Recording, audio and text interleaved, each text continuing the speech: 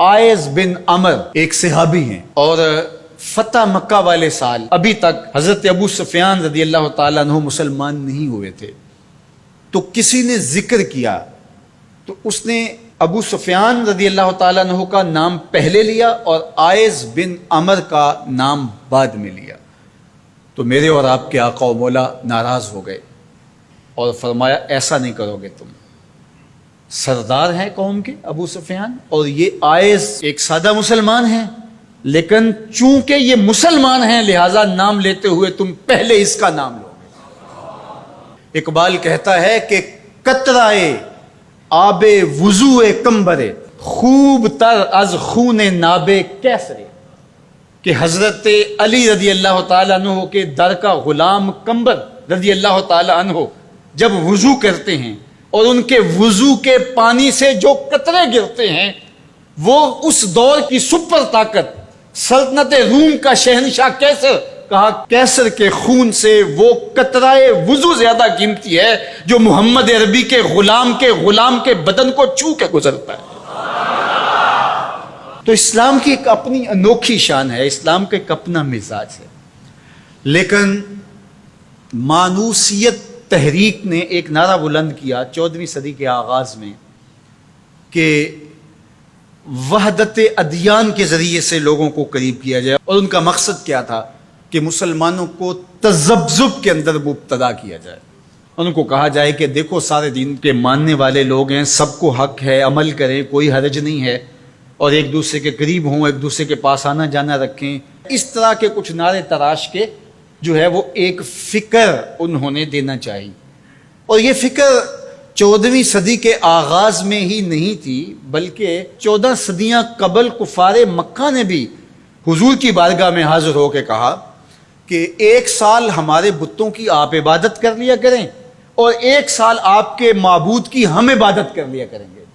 اس کا فائدہ یہ ہوگا کہ اگر آپ کا دین سچا ہوا تو ہمیں فائدہ ہو جائے گا، ہماری آخرت اچھی ہو جائے گی، اور اگر ہمارا دین سچا ہوا تو آپ کا کام بن جائے گا. باہمی مناقشت، لڑائیاں، الجھاؤ یہ بھی نہیں ہوگا، دونوں کا فائدہ ہو جائے گا. جب انہوں نے یہ پیشکش حضور سے کی تو حضور کے سینہ اطہر پہ سورہ الکافرون کا نزول ہوا. قل یا ایھا الکافرون لا اعبد ما تعبدون، اے محبوب فرما دو کہ جن کو تم پوجتے ہو ان کو میں نہیں پوجتا، اور جس کو میں پوجتا ہوں اس کو تم پوجنے والے نہیں ہوں، اور جس کو تم پوجتے ہو میں کبھی بھی اس کو پوجنے والا نہیں ہوں. لکم دینکم ولی دین، تمہارا دین تمہارے ساتھ، میرا دین میرے ساتھ. تو یہ ایک الگ تشخص ہے میرے اور آپ کے آقا و مولا کے سینے پہ اتاری گئی صورت کے ذریعے سے جو واضح کیا گیا. ہر دور کے اندر ایسا ہوا، لیکن میں نے عرض کیا کہ 14ویں صدی کے اندر خاص طور پہ اس کا ڈور ڈالا گیا، اور اس وقت سے یہ تحریکیں چل رہی ہیں.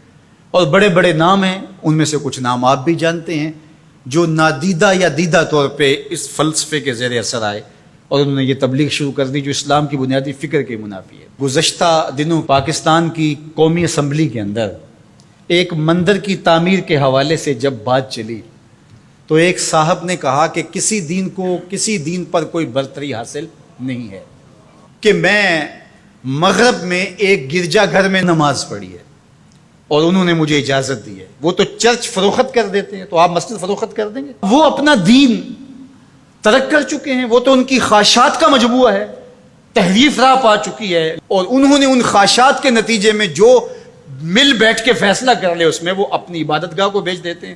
تو کیا ہم اپنی عبادت گاہ کو بیچ سکتے ہیں؟ ہم کہتے ہیں جی وہ دیتے ہیں تو ہم بھی دے دیں. یہ کیا بات ہوئی؟ اگر آپ نے ان کی رواداری دیکھی ہے تو ذرا اس کو اپنے سیاسی کلچر کا حصہ بنائیے، تھوڑی سی وسیع و ظرفی کا اظہار کیجئے. مسلم لیگ کے دفتر جو ہیں وہ تحریک انصاف کے لیے کھول دیجئے کہ آپ یہاں اجلاس کر سکتے ہیں، اور تحریک انصاف سے کہیے گا کہ وہ پیپلز پارٹی کے لیے، ان کو کہیے گا کہ آپ نون لیگ کے لیے اپنے دفتر کھول دیجئے. وحدت دیان تو بعد میں ہوگی، وحدت سیاست تو ہو لے پہلے. تم سارے مسلمانوں ایک ملک کے رہنے والے ہو تو پتہ چلے جی یہ بڑے وسیع و ظرف ہیں. وہاں تم اپنے لیڈر کے لیے مر جاتے ہو، اور اسلام کوئی یتیم مذہب ہے؟ یہ محمد عربی کا لایا ہوا دین ہے. تم اپنے سیاسی مفادات پہ کوئی کمپرومائز نہیں کرتے ہو. یہ کیا تمہارا فلسفہ کہ انہوں نے اپنے چرچ میں اجازت دے دی تو ہم بھی دیں گے؟ میاں ان کی غیرت اجازت دیتی ہے، ان کا دین جو خود ساختہ ہے، اور حضرت عیسیٰ کو چھوڑ کے جو انہوں نے اختیار کیا ہے، ان کی تربیت ان کے نفس نے کی ہے، اور ہماری مسجد کے حوالے سے تربیت محمد عربی نے کی ہے۔ ہمیں تو یہ بتایا گیا سامان مسجد نہ برائے سوختن نہ برائے فروختن، مسجد تو مسجد رہی، مسجد کے اندر جو ٹوٹی ہوئی چٹائی ہے آپ اس کو بھی نہیں بیچ سکتے۔ باقی وہ آپ کے لیے یا دو چرچ کھول رہے ہیں اور کہیں کہ وہاں نماز پڑھیں اور آئیں، وہاں میں آپ کو اجازت دیتے ہیں۔ میں آپ کو ایک پیشکش کرتا ہوں کہ انہیں کہیں کہ تم بڑے وسیع ظرف ہو مگر بہت کشادہ ذہن ہے، تو ہمیں مسجد کرتبہ میں نماز پڑھنے دیں۔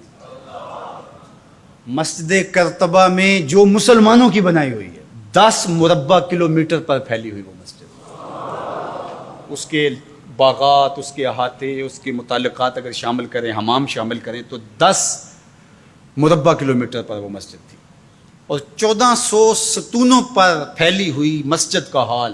اللہ اکبر، جب رات ہوتی تو اس زمانے کے اندر 7,500 مشعلیں اس مسجد میں چراغاں کرتی، 30 فٹ اونچا اس کا چھت ہے، اور آج بھی وہ دیکھنے کے قابل ہے۔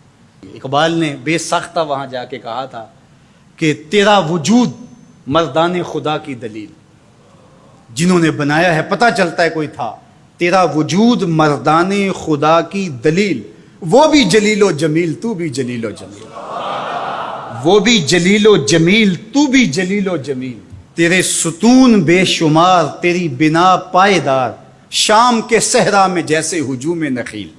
تو وہ مسلمانوں نے بنائی ہوئی، 800 سال مسلمانوں نے اندلس میں حکمرانی کی، اب وہ مسجد مسلمانوں کی تعمیر کردہ وہاں موجود ہے اور گرجا گھر میں تبدیل کر دی گئی ہے۔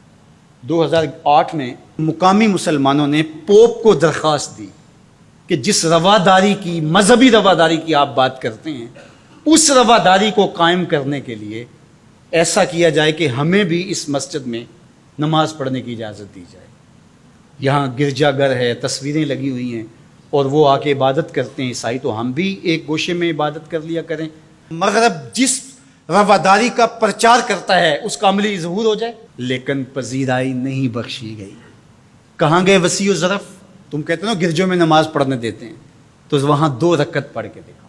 2011 میں اللہ نے توفیق دی تو مجھے شوق تھا کہ میں مسجد کرتبہ دیکھوں، بچپن سے پڑھتے آئے، مسجد کرتبہ کی یادیں خیالوں میں نقش تھی۔ تو جب میں وہاں پہنچا تو وہ دروازے پہ بتا دیتے ہیں کہ یہاں نماز کی اجازت نہیں ہے، تو اب وہ مسجد جہاں قدم قدم پہ اہل علم اور اولیاء کے پیشانیوں اور سجدوں کے نشان موجود ہیں، اب مجھے تو گوارا نہ ہوا کہ میں جوتا پہن کے جاؤں، تو میں نے جوتا اتار کے ایک سمت رکھ دیا اور مسجد میں داخل ہوا۔ تو سیکورٹی کے لوگ میرے پیچھے بھاگے اور کہنے لگے کہ آپ یوں نہیں پھر سکتے۔ میں نے کہا کیوں؟ کہتے آپ نے جوتے اتارے ہوئے۔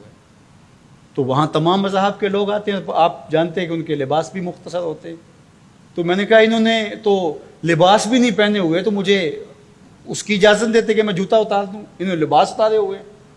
تو وہ کہنے لگے جی نہیں۔ میں نے کہا مجھے بات سمجھاؤ کس طرح؟ تو جو گفتگو ہوئی وہاں، جو میرے ساتھ ترجمان تھے ان کے ذریعے سے، وہ یہ تھی کہ چونکہ مسلمان مسجد کی تعظیم کرتے ہیں اور مسجد کی تعظیم عبادت کا روپ ہے، اور وہ مسجد کو تقدس دے کر کے اس کی تعظیم کرتے ہیں، اور آپ نے جو جوتا اتارا ہے آپ کی نیت میں مسجد کی تعظیم ہے، یہی ہے۔ میں نے کہا بالکل یہی ہے۔ یہاں بڑے بڑے مشائخ اولیاء بیٹھتے رہے تو کس طرح میں اپنے جوتوں سے اس پہ فرش کو رون دوں؟ تو انہوں نے کہا جی ہم اجازت نہیں دے سکتے۔ تو ان سے بہت کہا، لیکن وہ کہنے لگے یہ ہو ہی نہیں سکتا، تو ہم ساری مسجد نہیں دیکھ سکے اور واپس آ گئے۔ اور 2014 میں پھر دوبارہ جانا ہوا، پھر یہی میرے ساتھ مسئلہ ہوا۔ تم کہتے ہو بڑے وسیع و ظرف ہے، میں اپنا تجربہ بتا رہا ہوں۔ تم کہتے ہو چرچ میں نماز پڑھنے دیتے ہیں اور وہ جوتے اتار کے نہیں جانے دیتے۔ او میاں، وہ تمہارے لیے ایک کھلونا رکھا ہے، تمہیں بہلانے کے لیے، تمہیں ورغلانے کے لیے وہ رکھا ہوا ہے۔ انہیں پتہ ہے اس سے بہل جائیں گے، اور وہ بھی شور جا کے کریں گے کہ ہماری مسجدوں میں بھی ایسا ہونا چاہیے، ہم بھی وسیع و ظرف ہوں۔ وہ تمہیں دھوکہ اور فراڈ دینے کے لیے کیا ہے۔ اقبال نے کہا تھا اندروں تاریخ تر از چنگیز، یہ بظاہر میٹھے میٹھے لگتے ہیں لیکن ان کا اندر چنگیز سے بھی زیادہ تاریخ ہے۔ تو جو گرجے فروخت کر دیتے ہیں، آج آیا صوفیہ کہ ان کو کیوں تکلیف ہو گئی؟ اور وہ سلطان محمد الفاتح نے خریدی ہوئی ہے، اور آج آیا صوفیہ سجدوں سے آباد ہو رہی ہے۔ آج وہ مسجد اذانوں سے پرنور ہو رہی ہے اور ماحول کے اندر وہ عجیب خوشیاں پھیل رہی ہیں۔ تو تکلیف اسلام سے ہے، وہ چاہتے ہیں کہ یہ تذبذب میں مبتلا ڈھیلے ڈھیلے مسلمان رہیں، خیر سے رہیں، ان سے کیا ہماری پریشانی ہے؟ مجھ کو پریشانی ہے تو اس امت سے ہے، اشک سحرگاہی سے جو ظالم کرتے ہیں وضو۔ تو آج آیا صوفیہ تکلیف کا سبب اس لیے بن گیا کہ یہ جو تحریک بپا کی گئی تھی وحدت ادیان کی، اور ترکی بھی ایک زمانے میں اس کا مرکز رہا، اور آج یہ ہے کہ وہاں آیا صوفیہ مسجد کی صورت میں بدل رہی ہے۔ لیکن مغرب خوش ہے کہ پاکستان میں مندر بن رہے ہیں، عربستان میں مندر بن رہے ہیں، اور اسرائیل کے ساتھ ہم عربوں کے تعلق کو مضبوط کر رہے ہیں، لیکن یہ تمہارا ادھورا سا خواب ہے جو کبھی پورا نہیں ہوگا، یہ وقتی ہوگا۔ انشاءاللہ وہ وقت دوبارہ آنے والا ہے کہ پوری کائنات پہ جھنڈا میرے حضور کا ہی ہوگا۔ ملیں گے سینہ چاکانے چمن سے سینہ چاک، بزم گل کی ہم نفس باد صبا ہو جائے گی، شبنم افشانی پیدا کرے گی میری سوز و ساز، اس چمن کی ہر کلی درداش نہ ہو جائے گی، آسمان سحر کے نور سے ہوگا آئینہ پوش، ظلمت رات کی سیما پا ہو جائے گی، شب گریزاں ہوگی آخر جلوہ خورشید سے، یہ چمن معمور ہوگا نغمہ توحید سے۔